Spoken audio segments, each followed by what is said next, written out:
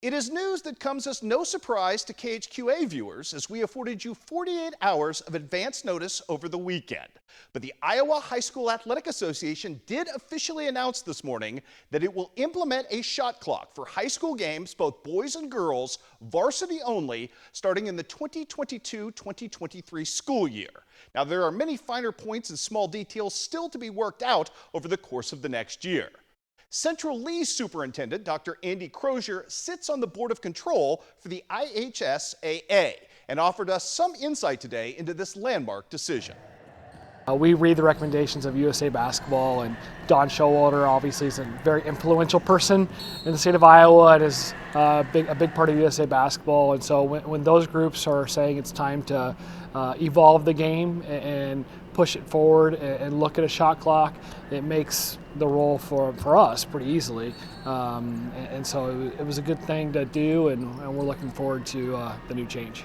As word of the impending change began to trickle out over the weekend, the Iowa High School Athletic Association's decision met with both pockets of support and plenty of critical blowback, the latter of which centered on the equipment costs to cash-strapped schools, the challenges in adding competent clock operators, and the potential of this move to slow down the game itself. Bullet points, Dr. Crozier says that the IHSAA had itself already weighed before Friday's vote to approve. Well, one of the things I told people that if we can find people to put players' points and fouls on the scoreboards, then we can find a person to run the shot clock. The shot clock adds value to the game. Knowing how many points my child scores in the game doesn't add value to the game. It adds value to the fan perspective of being at a basketball game, but we're going to look at what's best for kids first and what's best to improve the game.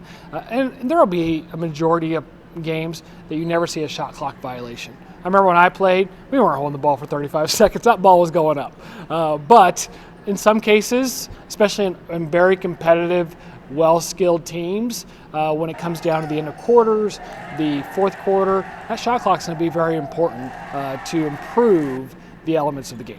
Our quick canvass of Southeast Iowa basketball coaches this afternoon produced largely positive response to the institution of a shot clock in their game. I see it as it's great for the kids. If they're going to go on and play at the next level, why not learn a little earlier in their career?